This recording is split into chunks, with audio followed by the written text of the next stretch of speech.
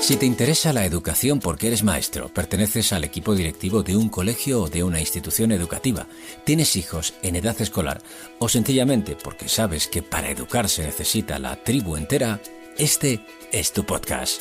Bienvenidos a Maestros en la Educación.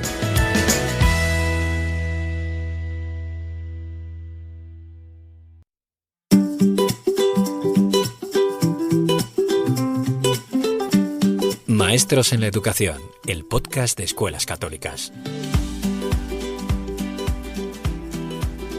10º episodio ya de Maestros en la Educación, el podcast de Escuelas Católicas. Para nosotros todo un hito y como tal lo celebramos por todo lo alto con un invitado de excepción. Soy Victoria Moya y estoy aquí para hablar contigo de educación. Cuando yo empecé a trabajar en escuelas católicas, entonces FERE, recién llegada al mundo educativo en general, allá por el 2002, fue uno de los primeros nombres con el que me topé. Toda una institución en educación, un gran referente, llegando a conocérsele como el padre de la LOCSE. No puedo más que referirme a Álvaro Marchesi. Álvaro es catedrático emérito de Psicología Evolutiva y de Educación de la Universidad Complutense de Madrid. Fue director general y secretario de Estado de Educación durante la implantación de la LOCSE, subdirector general del Ministerio en la Subdirección General de Educación Especial y también secretario general de la Organización de Estados Iberoamericanos para la Educación, la Ciencia y la Tecnología. Actualmente, junto al Grupo SM, coordina el proyecto Nuevo Currículo, Nuevos Desafíos Educativos. Autor de numerosos libros, entre otros, ¿Qué será de nosotros los malos alumnos? Y sobre el bienestar de los docentes.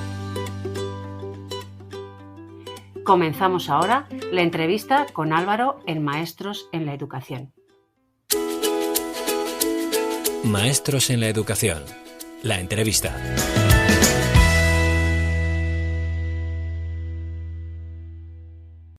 Bienvenido a Maestros en la Educación. Encantado de estar con vosotros y poder mantener esta conversación. Un placer para nosotros también.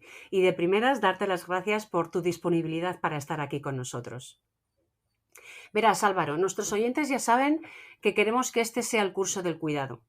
Para ponerte en contexto, te diré que Escuelas Católicas arrancaba en noviembre, muy recientemente, un proyecto de escuelas de cuidado, que se prolongará a lo largo de todo el curso. Por el momento se han celebrado 4 webinars, que por cierto se pueden ver en nuestro canal de YouTube.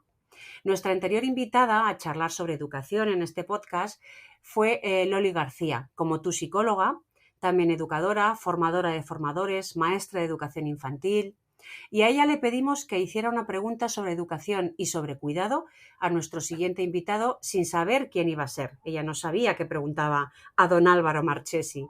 La pregunta de Loli para ti es: ¿cómo te cuidas, Álvaro? ¿Y cómo cuidas a los que tienes cerca? Bueno, para empezar es una buena pregunta, una pregunta personal y que hay que reflexionar un poco para exponerla. Primero, ¿cómo me cuido? Pues a través del deporte, a través de la música. Estoy aprendiendo un instrumento musical, el piano, desde hace unos años. Fíjate, a mis años ya aprender el piano, y esto me relaja. ¡Qué maravilla! Me cuido también pues estando en familia, viendo a los amigos, impulsando algún proyecto que me parece importante para la educación. Digamos, de esa manera trato de mantenerme en forma. Y en gran medida también me cuido cuidando a los otros. Es decir, que me preocupo intento preocuparme por los otros, por aquellos que tienen más dificultades, primero los de que están más cercanos a mí, a mis amigos, estando atento a sus dificultades y, en la medida de lo posible, pues tratando de ser solidario con aquellos que tienen más dificultades, los próximos y los lejanos pues con apoyos que puedo realizar por razones varias. Y dentro de esa dinámica, pues uno siempre vive pues contradicciones entre pues bien las facilidades que tengo para cuidarme y las dificultades que tienen otros más lejanos a mí para cuidarse, un poco los desequilibrios entre nuestra vida y la vida de los otros que ves en los medios de comunicación, en los países menos desarrollados, en las pateras. Bueno, ahí están parte de mis contradicciones entre mis cuidados y los cuidados de los otros. Pero ahí también entrará el agradecimiento, ¿verdad? El agradecimiento por lo que tenemos y que no se nos puede olvidar nunca, esa palabra, esa gratitud. Bueno, yo sí, agradecer y yo creo que hemos tenido, yo digo también, suerte. Es decir, suerte Sí. por el país en el que hemos nacido, por la familia en la que hemos nacido, por las oportunidades que hemos tenido. Y sí, claro, pues en eso no hemos hecho nada. Es decir, estamos aquí porque nacimos donde nacimos, mientras que pues muchos millones de personas han tenido menos suerte porque tienen menos posibilidades, entornos menos protectores, opciones vitales más difíciles, situaciones, en fin, más dramáticas. Es decir, pues sí, hemos de agradecer que hayamos tenido estas posibilidades que a otros no se les ha brindado, y de ahí que tenemos esa responsabilidad y esa necesidad y ese compromiso que tenemos que llevar a la práctica para intentar, bueno, equilibrar nuestra suerte con la poco menos suerte o mala suerte que han tenido otros en las posibilidades de su vida. Y en este tiempo de pandemia, que todavía lamentablemente no podemos llamar post-pandemia, al contrario, parece que está refrescándose, tú como psicólogo has percibido a tu alrededor más necesidades, más problemas, más dificultades, menos salud mental. ¿Cómo percibes toda esta situación social que se ha generado, ya no la sanitaria, sino la interna, la que viven las personas por dentro y sus relaciones con los demás? Pues yo creo que ha tenido un impacto muy importante, más del que nos damos cuenta. Sobre todo, en primer lugar, el confinamiento, el hecho de que durante 3 meses, 3 o 4, no 4 meses, toda la población haya tenido que mantenerse en su casa sin poder salir, pues genera muchas dificultades. Muchas dificultades, sobre todo en aquellas familias que viven en contextos más difíciles, viviendas más pequeñas, con muchas personas dentro del hogar, sin opciones de comunicación, a lo mejor telemática o a través de Internet. Bueno, en fin, en esos contextos se ha habido con mucha más intensidad. Luego los jóvenes han vivido, pues claro, se han encontrado aislados, sin estar con sus amigos, dentro de casa, sin poderse, bueno, relacionar, expandir su alegría vital. Es decir, todo ello creo que ha conducido a situaciones bastante dramáticas, que ahora se manifiestan, por una parte, en las personas mayores, pero también en los jóvenes que están estudiando. Yo creo que eso es una llamada de atención a las escuelas, a los centros escolares, para que cuiden y se preocupen por sus alumnos de 13, bueno, por todos sus alumnos, pero muy especialmente por aquellos que están en los últimos años de la secundaria obligatoria y del bachillerato y de formación profesional, porque son los que han vivido situaciones, bueno, más tensas, más aisladas, más complicadas, en donde hubieran necesitado un contacto mayor. Es decir, les han faltado los mecanismos protectores de sus iguales, han tenido los de su familia, pero bueno, a esas edades la familia pues está muy bien, pero bueno, a veces cuando están un poco más Sí. lejos, pues uno se siente un poco más autónomo y más tranquilo, ¿no? Es decir, y desde esta perspectiva, desde la concepción de esta realidad, nos plantea un reto muy importante a los educadores y a los centros docentes, es decir, cómo cuidar de este bienestar emocional de alumnos que han vivido una situación muy complicada. ¿Qué cambios tiene que hacer la escuela, los docentes? ¿Qué tipo de horizonte deben plantearse para estar atentos a lo que sucede, a lo que viven todos sus alumnos? Algunos lo manifiestan, pero otros no. Entonces, ¿cómo darse cuenta? ¿Cómo poner en marcha mecanismos de apoyo a todos sus alumnos? Eso es una tarea colectiva de un proyecto educativo que yo creo que no debemos olvidar. Entonces has aterrizado en la escuela del cuidado de la que hablábamos nada más empezar la entrevista y por eso de ahí su importancia. Así que me parece muy acertado que hayamos confluido ahí. Ahora que hemos hablado un poco más de lo personal y de cómo ha afectado esta pandemia a la sociedad y en concreto a los estudiantes y a los centros, vamos a ir directos al grano. Vamos a quitarnos de encima las preguntas de estas obligadas que tengo que hacerte y tú tienes que contestarme. ¿Qué piensas? Si quieres, claro, aquí me he puesto un poquito impositiva. ¿Qué piensas cuando oyes a una parte del arco parlamentario exigir la desaparición de la escuela católica concertada, que tiene un papel en esta escuela de cuidado de la que acabas de hablar?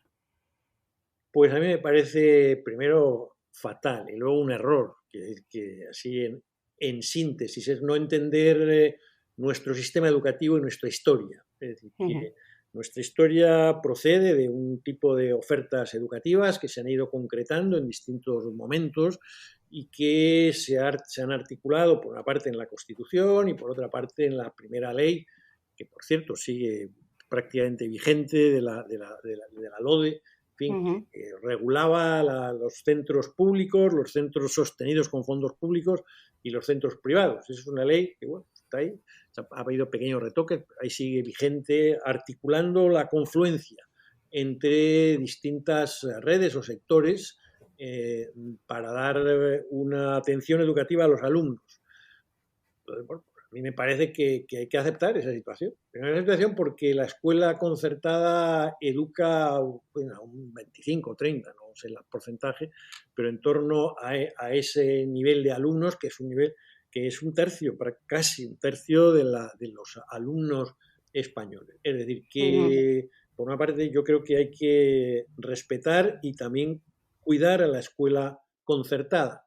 Dicho esto, lo cierto es que la escuela pública es la escuela de referencia fundamental de un sistema educativo, porque es la escuela que tiene la obligación de ofertar plazas escolares al conjunto de sus alumnos, cuidarla y es la que depende del Estado y del gobierno. Es decir, que hay que tener en cuenta ambas realidades. Una escuela pública llamada, bueno, a atender a todos los alumnos que no tienen otras posibilidades de hacer esa oferta y cuidarla con niveles de calidad suficiente, y luego el respeto y el cuidado también de otras opciones educativas que reciben fondos públicos con los criterios que se han establecido, que también tienen derecho de recibir el apoyo necesario y equilibrado en relación con lo que sucede en el sistema educativo. Entonces, las dos cuestiones que son claves en el mensaje es, uno, la concertada tiene un papel importante en el sistema educativo español y hay que respetarlo y apoyar que funcione lo mejor posible. Dos, existe un desequilibrio entre la enseñanza concertada y la escuela pública en relación con la selección del alumnado que un sector de la enseñanza concertada realiza porque le necesita un complemento económico y hemos también de abordarlo para que las condiciones de partida de unos y de otros sean similares. Yo soy de la opinión, lo soy desde hace muchos años, que defender a la escuela pública, yo soy un defensor de la escuela pública, pero Ujú. respetuoso y con cariño hacia la escuela concertada, defender a la escuela pública no se defiende criticando a la escuela concertada, no.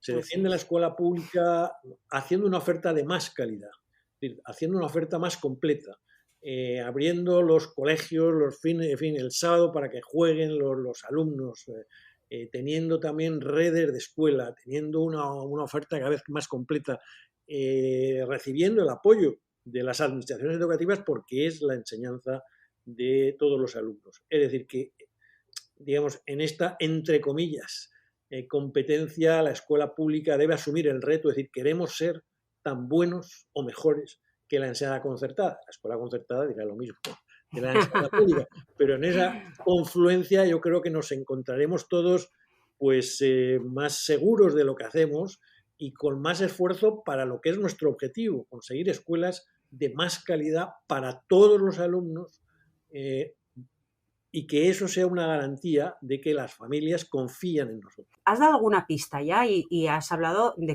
te has mojado con cuestiones económicas. ¿Cuál sería, a tu juicio, la solución que nos permitiría alcanzar una necesaria mínima estabilidad educativa? Que has dado la pista económica, pero a partir de ahí, ¿alguna más? ¿Alguna idea que nos ayude a avanzar un poco? Vamos a ver, el pacto educativo, yo creo que es posible, a ver, en la situación actual donde es tan difícil pactar, pues claro, si no se pactan la mayoría de los temas, pues en la educación, bueno, menos me atrevo a decir, ¿no? Pero porque la educación tiene un componente técnico-ideológico, entonces ahí hay muchas más dificultades, ¿no?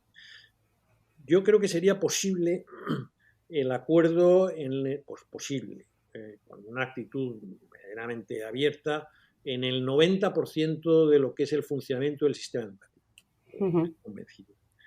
Y creo, en el 90, en el 95, creo que los puntos de conflicto mayores, unos se podrían resolver, ahora lo he visto en el tema de la evaluación de los alumnos, bueno, se podría llegar a resolver, porque las diferencias, bueno, son de énfasis, pero al final las repeticiones y tal, bueno, son relativamente aproximables, y otros son más complicados, pues como lo hemos visto, como es el tema de las relaciones pública concertada, financiación, incluso la clase de religión. Bueno, estos temas, bueno, pues generan posiciones distintas. ¿Cómo resolver? Sí. Bueno, yo la vía que he planteado puede ser un camino. Es decir, mire usted, abramos un camino para algunos centros, los que quieran incluso, ¿no? Que quieran incorporarse en esta vida del concierto extraordinario, el concierto fortalecido, bueno, bien, no sé, ya busquemos un nombre que entre dentro de la legalidad vigente, y que yo estoy convencido, como tú bien decías, que bastantes centros, bueno, muchos centros que están en estas condiciones dirán, pues mira usted qué bien, es decir, mire usted qué bien que me financian completamente el centro, dado que las condiciones de mis alumnos pues son difíciles y, como bien decías, pues es que no recibo ningún tipo de ayuda. Es decir, que yo no llego, me atrevo a decir, no llego a fin de mes. ¿No? Sí, sí, así es, Ayuda, así ¿no? es. Es decir, que ese camino, bueno, pues puede abrir fórmulas que a lo mejor animen a otros centros, es decir, porque a mí también me interesa. Bueno, pues es decir, que un camino que sea un proceso tranquilo, voluntario, sosegado, que vaya haciendo confluir distintas opciones y que aborde un poco los problemas de fondo que no acabamos de atrevernos a abordarlos, y que posiblemente esto, una vez resuelto ese 90% que decía, que no es tan complicado, porque es que el sistema educativo pues está bastante sólido, pues podría permitir dentro de unos años, analizada y valorada esta experiencia que estoy señalando, y decir, bueno, pues vamos a ir más adelante para algunos más, ¿no? Quiere decir que es posible. Yo, de todas maneras, creo que el sistema educativo es bastante sólido. Es decir, que la ley que transformó el sistema educativo fue la LOCSE, ¿no? Sí, hace ya 30 años. Pero desde la LOCSE acá, pues los cambios han sido menores. Es decir, al margen del tema de las disputas pública concertada, ¿no? Han sido menores. Continúa habiendo la educación infantil de 0-3-3-6, la primaria de 6-12, las áreas son las mismas, el 12-16 de tal, el bachillerato, la FP, bueno, la formación profesional. Entonces, los cambios que se están haciendo, por unos y por otros, pues son muy razonables. Es decir, que no ha cambiado la estructura, ¿no? Lo que ha cambiado es, bueno, pues ahora en formación profesional vamos a abrir una formación dual, que pueda haber una alternancia, bueno, pues parece muy razonable. Oiga, pues vamos a hacer que en el 14-16 pueda haber este tipo de opciones para que los alumnos, pues parece muy razonable, y dentro de 4 años o 3 o 2, pues mire usted, es que hay que hacer nuevos cambios. Ahora se ha planteado en la nueva ley mantenerse la enseñanza por materias o por ámbitos. Bueno, la gran ventaja de la ley es que lo deja abierto, mire usted, materias o ámbitos, usted verá. Es decir, que no, las comunidades dirán, oye, más bien por ámbitos, más bien por materias, y a lo mejor dentro de 4 años le decimos, no sé, pues no, mire usted, lo de los ámbitos, lo de las materias, es decir, que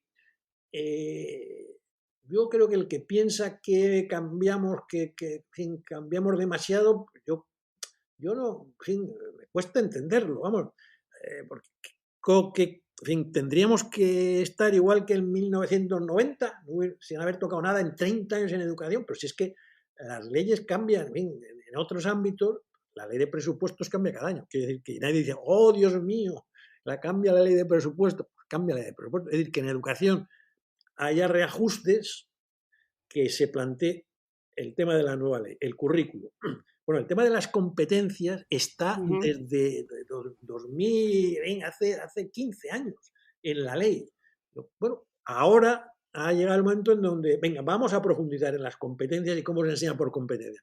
Pero estaba en la ley socialista hace 12, 15 años, en la ley del Partido Popular del año 2012, en fin, o hace 8 años del ministro Wert, y ahora. Es decir, que las tres, la LOE y la 11 y la LOMLOE, dicen lo mismo, avanzaremos el currículo por competencia. Ahora se está profundizando. ¿Este es un gran cambio? Bueno, pues es un cambio que está ahí latente y que ahora pues, el ministerio ha dicho, venga, vamos a llevarlo a la práctica, pero que lleva en las leyes no sé cuánto tiempo. Es decir, que los cambios son cambios que yo creo que necesarios y que la sociedad española y los profesores pues lo entienden. El ejemplo Andreas Schleicher, el coordinador del estudio PISA, dice de manera muy gráfica, el currículum de España tiene una extensión de 1 kilómetro y una profundidad de 1 centímetro. Bueno, es decir, que la inmensa mayoría de los docentes, lo que yo les escucho, me dicen, no llegamos a enseñar todo lo que dice el currículum. No hay quien termine, hay que ir a toda velocidad para ver si... Usted, pues, ¿cómo se puede profundizar? El mismo Andreas Schleicher decía, si PISA, en vez de evaluar competencias, evaluara conocimientos de memoria, España lideraría PISA. Pero claro, los conocimientos de lo que le pasa al sistema educativo español, como son tantos, pues no permite a los alumnos que profundicen, que interactúen sus conocimientos, que analicen distintas variables, que tengan en cuenta otros valores y factores que son importantes para su aprendizaje. Es decir, que los cambios que se están haciendo, insisto, dejando aparte siempre las discusiones públicas concertadas, los cambios pues, entran dentro de la lógica de los cambios educativos. Y porque es que la sociedad cambia a un ritmo más rápido que la educación. Es decir, que la educación no puede quedarse atrás, ¿no? Hay que incorporar la tecnología. Bueno, haces cada vez que hablas, me abres un montón de temas súper interesantes, algunos melones, pero no sé por dónde acometer. Bueno, has aterrizado en la LOMLOE y precisamente has puesto encima de la mesa algunas cuestiones que se ven como dilemas en su contenido. Evaluación por competencias y por áreas, memorización y adquisición de competencias, más contenidos, más profundización en los que ya tenemos, como acabas de decir. ¿Cómo se explican? ¿Cómo se resuelven? Has dado alguna pista ya, pero nos tiene un poco descolocados. Bueno, es que claro, son temas complejos, no complejos, pero que no tienen, para mi gusto, para un docente, pues que pueda abordarlos con cierta tranquilidad. Contenidos y competencias, viendo los dilemas, ¿no? Pues los contenidos son necesarios, imprescindibles, pero fundamentalmente para dinamizarlos y resolver situaciones problema. Es decir, para entender la realidad. Yo suelo poner el ejemplo de los ríos de España, que son bastante claros. Es decir, uno se puede aprender los ríos y entre otros el Tajo, el Guadiana, el Guadalquivir y el Segura. Bien, y sabérselos. Pero sería más importante que en el aula se estudiara, por ejemplo, el trasvase Tajo-Segura. Es decir, mire usted, ¿por qué? ¿Cómo se hizo el trasvase? ¿Por qué se ha hecho el trasvase? ¿Qué ventajas tiene el trasvase? ¿Qué inconvenientes? Y que los grupos de alumnos debatieran la parte técnica del trasvase, otro grupo la visión de los levantinos, de los murcianos, por qué necesitan el agua, por qué lo de la huerta europea, la visión de los ecologistas, no al trasvase, la visión de los castellano-manchegos. en esa dinámica os puedo asegurar que nadie se olvida del Tajo y del Segura. Pero además no solamente del Tajo y del Segura, sino que el trasvase no se hace al Segura, se hace un afluente que es el Mundo, que también lo recordarían. Es decir, que, claro, este planteamiento lo que sugiere es que estudiarse los ríos de España se tarda una hora de clase.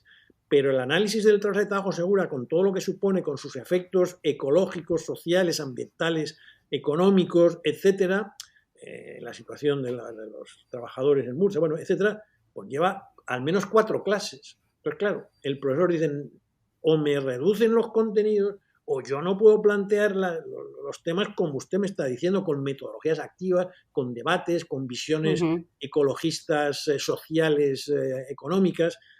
Por eso, contenidos fundamentales, saberes fundamentales, pero menos y más profundos, que conecten con otros conocimientos.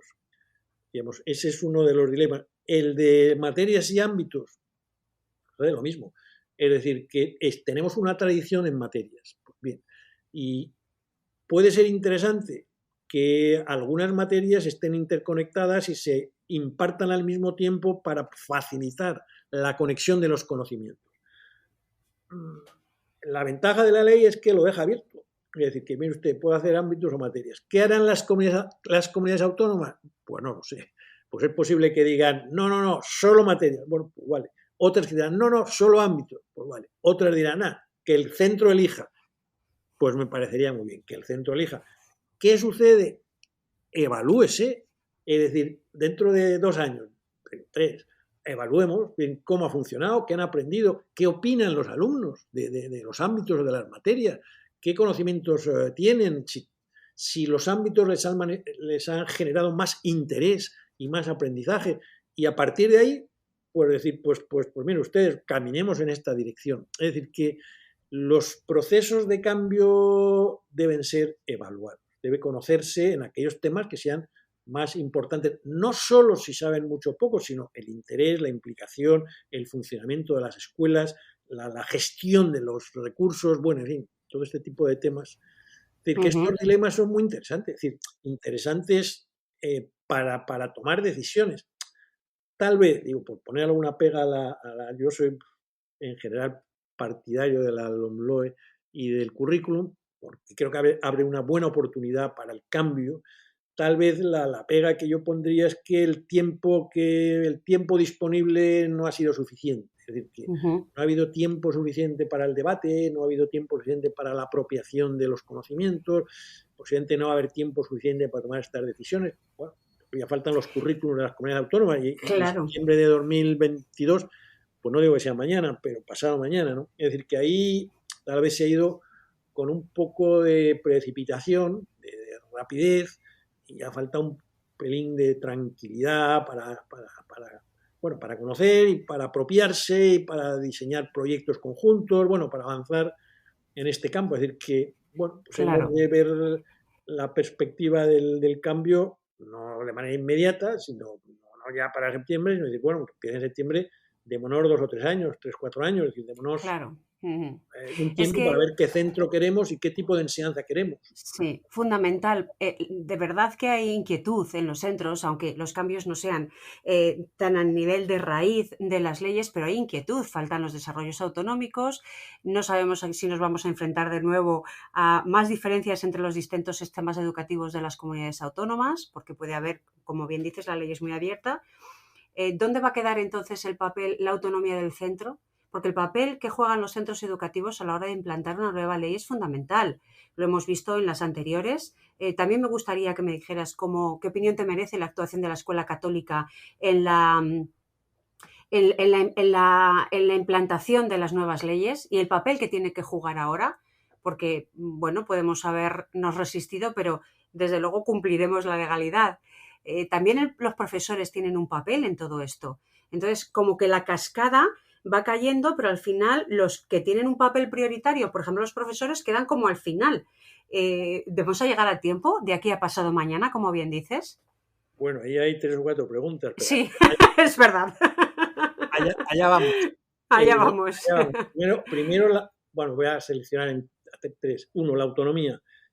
pues está por escribir qué autonomía se van a dejar a los centros, ¿no? Yo creo que la autonomía es importante porque permite que un centro tome decisiones, pero es un reto, ¿eh? No es fácil, ¿eh? Sí, No es fácil. no, Y claro, la autonomía va a depender de las comunidades autónomas, si dejan más o menos autonomía, y claro, ¿en qué va a consistir? Entonces, la autonomía es que la autonomía es un tema muy serio, ¿no? Que yo creo que no se ha abordado, no lo sé, tal vez se está abordando y yo no lo conozco, ¿no? Pero claro, si te dicen, tiene usted, la comunidad autónoma dice, bueno, yo defino el 80% del horario y tiene usted el 20% restante. Pero claro, para usted decida dónde quiere colocar el horario, en qué áreas, qué materias. Pero claro, ese tiempo puede decir, mire usted, yo es que mis profesores pues necesito un profesor distinto, porque yo quiero dar tecnología 4, en fin, quiero profundizar en tales temas, pero el que tengo libre es el de ciencias sociales. Y entonces, ¿qué? Pues tengo que dar ciencias sociales. Quiero decir que la autonomía curricular supone también una parte de autonomía de gestión, en fin, una parte de por proyectos que supuesto. posiblemente pueda ser más fácil en la escuela concertada, pero es más complicada en la escuela pública. Es decir, en fin, por tanto, el tema de la autonomía tiene que estudiarse con mucho cuidado, pero a mí me parece importante avanzar en él. El segundo, me decías, el papel de la escuela concertada. Yo he de reconocer que lo que yo viví más de cerca, en la LOCSE, la escuela concertada tuvo un compromiso enorme con la LOCSE y le dio un impulso fundamental. Es decir, que tiene todo mi reconocimiento, mi valoración. Tuvo una relación estupenda con Ángela Astorgano en aquel entonces, en fin, y propiciaron procesos de cambio y de participación en todos los temas, en todos los ámbitos, en una ley, esta sí que era muy complicada porque cambiaba casi todo. Es decir, que en ese sentido, solo agradecimiento al apoyo. Y suele suceder que la escuela concertada tenga un papel en los cambios curriculares notablemente positivo, quito el notable por no decir sobresalientemente positivo. ¿Sí? Positivo. Los profesores, claro, al final, a ver, el cambio curricular, desde mi punto de vista, hay que verlo como, desde la lógica del equipo directivo, voy a pensar en ellos, qué tipo de escuela quieren conseguir dentro de 4 o 5 años, y qué tipo de alumno quieren que tenga su escuela y qué tipo de participación de la comunidad educativa y de satisfacción de la comunidad educativa aspiran a conseguir. Es decir, eso supone una visión estratégica y supone incorporar a los docentes, a los profesores de ese centro, en un proceso de participación y de diseño de las líneas, de los ejes fundamentales que se van a marcar. Es decir, que, por tanto, el currículum es una oportunidad, desde mi punto de vista, para transformar la escuela en su conjunto. No solo para que el profesor de matemáticas pues, trabaje con competencias y haga esto y lo otro de más allá, que también es importante, sino cómo coordinamos lo que todos hacemos, cómo lo coordinamos con otras actividades, con otras metodologías, con otros cambios en el aula, de cambios físicos, de conexión con otros centros, con redes de escuelas, con sistemas de evaluación. Es decir, eso supone un proyecto que no puede, bueno, ojalá, es imposible, que esté terminado el 1 de septiembre. Es decir, un proyecto que, desde mi punto de vista, tiene que mirar a los próximos años para ir con la colaboración y la reflexión del profesorado avanzando en descifrar o resolver los debates y dilemas que tú me has planteado antes, y bueno, ¿por dónde vamos nosotros? ¿Qué queréis? Y tal, pero al mismo tiempo, ¿cómo se coordinan los trabajos en el aula, los trabajos de cada ciclo, los trabajos de cada etapa, las actividades extraescolares, la colaboración con las familias, la visión del futuro, la visión de los alumnos? Es decir, es una oportunidad de cambio que yo, las charlas que he podido ir dando a muchos directivos, animaría a los directivos a que asumieran el protagonismo que yo creo que tienen que tener para ilusionar a sus profesores y que vieran que es una oportunidad interesante, que es una oportunidad que merece la pena, porque yo es que lo considero así, difícil, que lleva trabajo, sin duda, que necesita apoyo, sin duda, que tal vez no tengan el suficiente, pues posiblemente también, pero que es una buena oportunidad que merece la pena avanzar hacia el futuro, abriendo camino.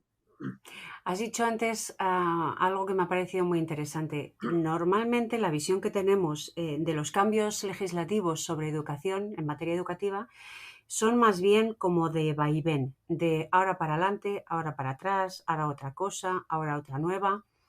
Y esa percepción que tú has mostrado de hilo, de evolución, de no podemos estar igual que hace 30 años, me parece muy interesante, pero tengo la sensación de que esa no es la visión general, sino que tenemos una sensación, y cuando esa sensación se produce tan mayoritariamente, algo habrá detrás. ¿Cómo podemos evolucionar? Has dado también la pista de la evaluación. Planteemos cambios, pero claro, los experimentos con gaseosa, y más si son en educación. Pero luego además evaluémoslos para ver si este es el camino correcto y afianzarnos en él o no. Pero esa sensación de avance, de progresión, creo que no la tenemos. ¿Por qué crees tú que sucede esto? Yo sí, yo creo que pues que se transmite mal el mensaje, por una parte, porque se piensa que una nueva ley trastoca todo lo anterior, y yo creo que, habría que acotarla a los cambios reales que plantea. Y luego también porque no nos engañemos, el cambio y el cambio en educación pues es complicado, supone un esfuerzo, y eso pues limita también las posibilidades de decir, bueno, ahora otra vez volver a transformar los temas, y uno tiene la duda, ¿y si luego vienen otros y lo cambian y este esfuerzo que he tenido? Es decir, ¿Para que qué? ahí hay elementos de incertidumbre también que operan. De ahí que sería muy importante que, al menos en el currículum, porque que es el tema, uno de los temas centrales de la ley, pues hubiera un acuerdo, este acuerdo del que hablamos, un acuerdo que las comunidades autónomas y el Ministerio, los planteamientos que hicieran fueran lo más convergentes posibles, de tal manera que se viera que, bueno, que se trabaja en la misma dirección, dentro de que, al haber opciones, pues unas comunidades pueden poner más énfasis en unos temas que en otros, pero que no van a afectar en el futuro a una nueva transformación del modelo curricular. Es decir, que yo creo que ahí pues hay un punto bueno, incertidumbre en el profesorado. Y luego lo que decía antes, pues también pues quiero resaltarlo, es decir, que ha habido poco tiempo. Es decir, que poco tiempo para conversar, para explicar, para que los profesores puedan discutir los distintos currículos, para dar una visión de que es un cambio más, bueno, un cambio no excesivamente acelerado, claro, y por tanto haber dado más tiempo también en la aplicación, es decir, que enviar el mensaje de que, bueno, mire usted, vamos a empezar, pero que esto hay que tener una perspectiva de más años, es decir, certidumbre, acuerdo, apoyos, recursos para aquellos que lo necesitan más, perspectivas de futuro, es decir, que el nuevo currículum no es solamente, como insisto en esto, el cambio en cada clase, es un cambio en los centros y en el aula, pero que también supone crear condiciones de apoyo, de recursos, de medios necesarios, sobre todo para aquellos centros que lo necesiten, que sería muy importante poner en marcha. Y hay un tema que también me parece importante destacar, es el tema de la valoración de los docentes. Es decir, que Totalmente. los docentes van a tener que hacer un esfuerzo importante, y eso hay que reconocerlo. Los docentes han tenido, yo creo, una grandeza de ánimo durante la pandemia y el curso pasado y por haberse enfrentado a situaciones tan enormemente complejas como era la vuelta a clase durante todo un Así es. curso, y haber sido pues los primeros de Europa. Aquí lo dicen por todas partes, es decir, que prácticamente ningún otro país ha tenido a sus aulas abiertas todo el año, salvo pequeños 0,5, 0,6 que estaban confinadas. Es decir, que eso es un esfuerzo enorme que han hecho los profesores, y yo creo que les ha supuesto una gran valoración por parte de la sociedad. Yo oigo a los padres de familia, a las madres, hablar maravillas de su profesorado. Bueno, eso está ahí y hay que destacarlo. Pero claro, los profesores dicen, vale, de acuerdo. Bueno, también he visto algunos vídeos de a los padres aplaudiendo a sus profesores a la salida del colegio. Eso está ahí. Bien, pero claro, los profesores dicen, sí, sí, pero y ahora, en fin, yo quiero un mayor reconocimiento profesional, no solo moral o no solo de reconocimiento afectivo, sino también profesional, que se Claro. pongan en marcha mecanismos donde se me valora por lo que hago, porque cumplo mis competencias y además, si me lo hago bien, pues me incentivan y me reconocen profesional y económicamente. Ujú. Y ese proceso de desarrollo profesional con incentivos económicos y profesionales, pues yo creo que es necesario ponerlo en marcha a pesar de las dificultades y ponerlo en marcha para la enseñanza pública y la enseñanza concertada. Es decir, deben incorporarse en ese proceso, que finalmente espero que se acuerde, porque además la ley dice que debe ponerse en marcha, pero que se apruebe para los maestros y profesores de la enseñanza pública y de la enseñanza concertada. Es decir, que sería una manera de confluir Ahí, lo que total. hemos hablado, de decir, miren ustedes, vamos a buscar modelos, atendiendo a las condiciones de cada uno, que pongan en marcha este tipo de proceso que yo diría que inicialmente, dado que es un tema complejo que nadie hemos conseguido ponerlo en marcha en tantos años, pues que sea voluntario. Usted, ofrecemos este tipo de condiciones para unos y para otros y con estos incentivos, venga, que aquellos que tengan interés, pues que den un para adelante y aquellos que no, pues que no lo den. Es decir, que la voluntariedad de este proceso, incluso los sistemas de autoevaluación del profesorado, de el desarrollo de sus competencias, estén en primer plano en este proceso y que sea una manera de reconocer el trabajo de los profesores, ya reconocido por la sociedad, pero al mismo tiempo una manera de incorporar en este proceso a todo el profesorado, tanto de la pública como de la concertada, Ujú. en la visión que yo tengo de este proceso. Pues vamos a ir terminando, Álvaro, porque realmente nos has dado una entrevista muy intensa de la que vamos a sacar mucha amiga, mucho en lo que pensar. Vamos a terminar como hemos empezado, con algo un poco más ligero, más liviano, más personal. Vamos a jugar a... Bueno, no, me he despistado. No te vas a librar. ¿Te acuerdas que te he hecho una pregunta que nos había hecho Loli García dirigida a ti sin saber que ibas a ser tú? Pues ahora te pido lo mismo. Hazle una pregunta a nuestro siguiente invitado, algo que te parezca importante saber, sea quien sea. Pues, qué entiende por felicidad? ¿Y Muy bonito.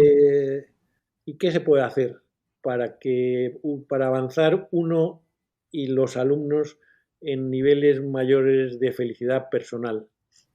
Muy interesante. Eso entronca con la forma en la que has empezado, hablando de cómo cuidar el bienestar de los alumnos en este momento en el que estamos viviendo. Muy bien, nos la anotamos, la haremos y te haremos llegar la respuesta que nos dé el invitado sorpresa. Bueno, y ahora sí, que vamos a terminar jugando a la asociación de ideas. Yo te digo una palabra, tú me contestas sin pensar mucho, lo primero que te venga a la mente, lo primero que te resuene, lo que te sugiera, de una forma muy breve, una frase corta, incluso una sola palabra más, ¿vale? Venga. Vamos allá y con rapidez. Esencia. Fundamento. Pandemia.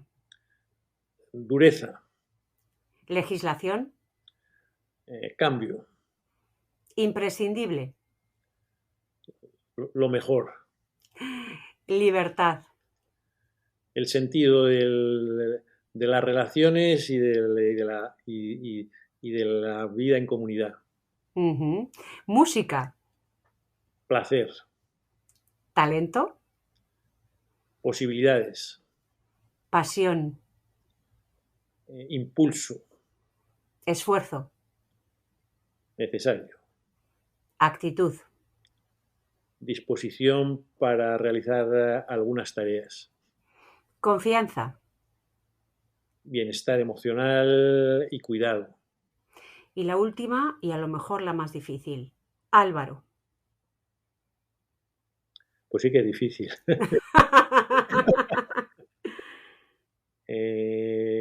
Afecto al profesorado. Muchas gracias, Álvaro. Gracias por tu disponibilidad, por tu generosidad, por tu valentía y por compartir este rato con nosotros y con toda la Escuela Católica en Maestros en la Educación. Pues nada, encantado y contad conmigo siempre que necesitéis. Un placer estar con vosotros y con escuelas católicas a las que aprecio y tengo una alta valoración de su trabajo. Igualmente, un saludo, Álvaro. Estás escuchando Maestros en la Educación, el podcast de Escuelas Católicas.